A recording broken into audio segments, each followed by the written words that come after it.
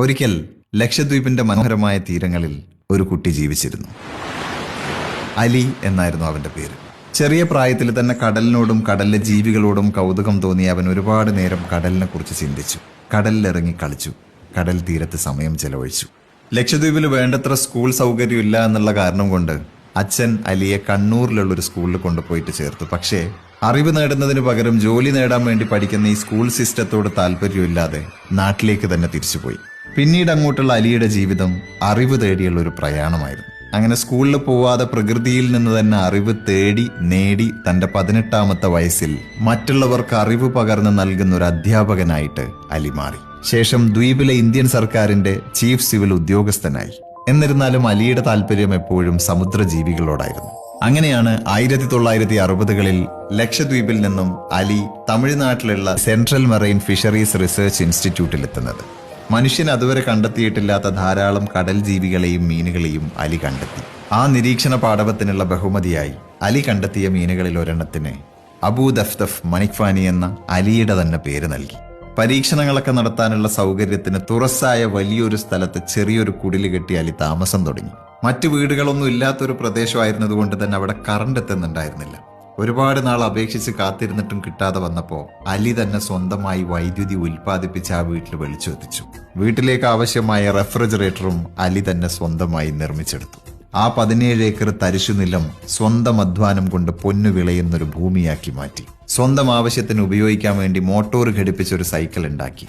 മണിക്കൂറിൽ 25 കിലോമീറ്റർ വേഗത്തിലോടുന്ന ആ സൈക്കിളിൽ തന്റെ മകനെയും കൂട്ടി ഡൽഹി വരെ യാത്ര ചെയ്തു. 45 ദിവസം നീണ്ടു നിൽക്കുന്ന ഒരു യാത്ര. പകൽ സമയത്ത് യാത്ര ചെയ്യും, രാത്രി സമയത്ത് പള്ളികളിലും കാടുകളിലും കിടന്നുറങ്ങും.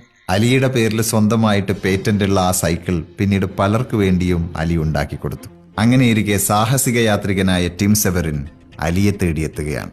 സിൻബാദ് ദ സെയിലർ എന്ന പുസ്തകം വായിച്ച് പ്രചോദനം ഉൾക്കൊണ്ട് കപ്പലിൽ ലോകം ചുറ്റാൻ ഇറങ്ങിത്തിരിച്ചതാണ് ടിം. അങ്ങനെ അടുത്ത ഒരു വർഷം കൊണ്ട് അലിയും ഗ്രൂപ്പും ചേർന്ന് സൊഹാർ എന്ന പേരിൽ കപ്പൽ പണിതു. ശേഷം 1980 നവംബർ 21 തീയതി 22 യാത്രികരുമായി ടിം സെവറിൻ സൊഹാറിൽ യാത്ര പുറപ്പെട്ടു. അടുത്ത 8 മാസങ്ങൾ കൊണ്ട് 9600 കിലോമീറ്ററുകൾക്കപ്പുറത്ത് ചൈന വരേക്കും ആ കപ്പൽ സഞ്ചരിച്ചു. അലിയോടുള്ള ആദര സൂചകമായിട്ട് ആ കപ്പൽ ഇപ്പോഴും മസ്കറ്റിൽ ഒരു ചരിത്ര സ്മാരകമായി സംരക്ഷിച്ചു പോരുന്നു. അറിവ് തേടിയുള്ള അലിയുടെ പ്രയാണം പിന്നെയും തുടർന്നുകൊണ്ടേയിരുന്നു. 15 ഭാഷകൾ എഴുതാനും വായിക്കാനും സംസാരിക്കാനും സാധിക്കുന്ന ഒരാളായി അലി മാറി. അനന്തമായ സാധ്യതകളുടെ കടൽ തീരത്ത് കളിച്ചു വളർന്ന അലി ഒരുപാട് വിഷയങ്ങളിൽ കടൽ പോലെ ആഴമേറിയ അറിവ് നേടി.